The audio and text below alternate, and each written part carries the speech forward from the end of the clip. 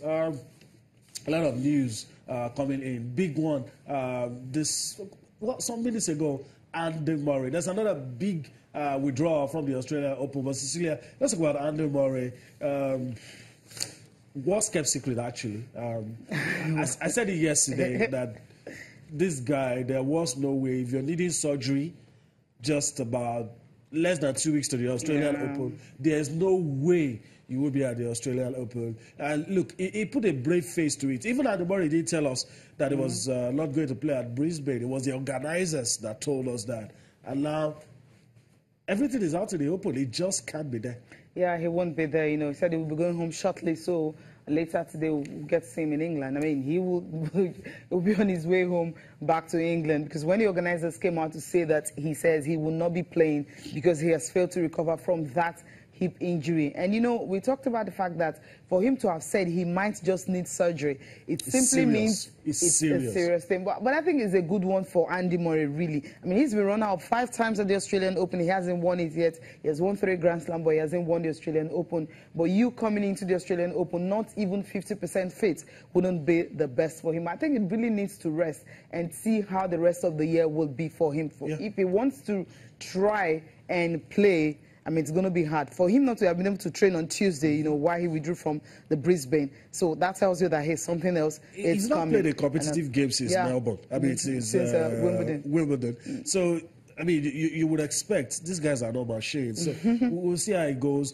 But he told us when he came to Brisbane, I'll check what my body is telling me. If my body tells me no, I'll take a flight back to United Kingdom. And he has done that already. All right, let's talk about...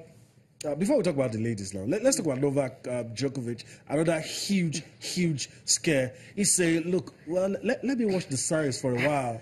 Then I'll tell you if I'm going to be at the Australian Open. Then Kenny Shikori is confirmed he's not going to be there. I mean, what's happening? Yeah, I think, you know, these guys, when you have a grueling season, where you have to play, you know, week in, week out, you know, maybe 2 tournaments every month. You had it for a year, you were spectacular, and the next year it was hard for you. So I thought that after taking that injury time out for Djokovic, he will be back and be really fit. But then that same injury that made him to actually, you know, withdraw and stay out for a while, close to 6 months, right? He didn't get to play tennis. He says he's still having a little bit of that, you know, elbow stuff and all that. Maybe he also will need a surgery. But the good thing is, he said the 2 tournaments coming up before the Australian Open, the warm-up games, he will be there. I mean, he's going to test his fitness there. So the exhibition game, talking about the Thai 10th exhibition match, he will be in that one, and also the one Pyongyang also won on that tournament. Like, he's going to be in those 2 tournaments. Then after that, he will decide whether he's going to be at the Australian Open or not. But I think if he's good enough for those 2 tournaments, obviously he will be at the Australian Open, which starts on the 15th. That's fingers crossed. Monday. Fingers crossed. But Kenny Shikori, his withdrawal, he will not be at the Australian Open. So Kenny Shikori will not be there. Andy Murray will not be there. So we just keep looking at the numbers and see. All right, not a good one for Britain. Few minutes, just while we were sitting down, another big name withdrawal from the Australian Open. No, I think Brisbane International. So we don't know if the father has withdrew with hip injury also, where you want to know that was actually happening here. You know, Joanna Konta withdrew from the Brisbane International with hip injury, and we know the Australian Open is less than 2 weeks away. So 11 days. 11 days, days. So precisely 11 days, starting on the 15th on Monday. And for her to withdraw, because she started this tournament, she has won the first 2 games, and now she's withdrawing for a hip injury, and she might not just be at the Australian Open. She might not just be. Okay. Maybe she feels she needs to rest the hip and be ready for the Australian Open. That could be it. But obviously the signs are not good. Okay. Signs are not good. So we'll see what happens with that one. All right, let's quickly talk the Upman Cup, Belgium. Doing the business over Australia. The top guys came to the party, did their job. David Goffin blitzed his way past his opponent, that's Tanasi Kokinakis.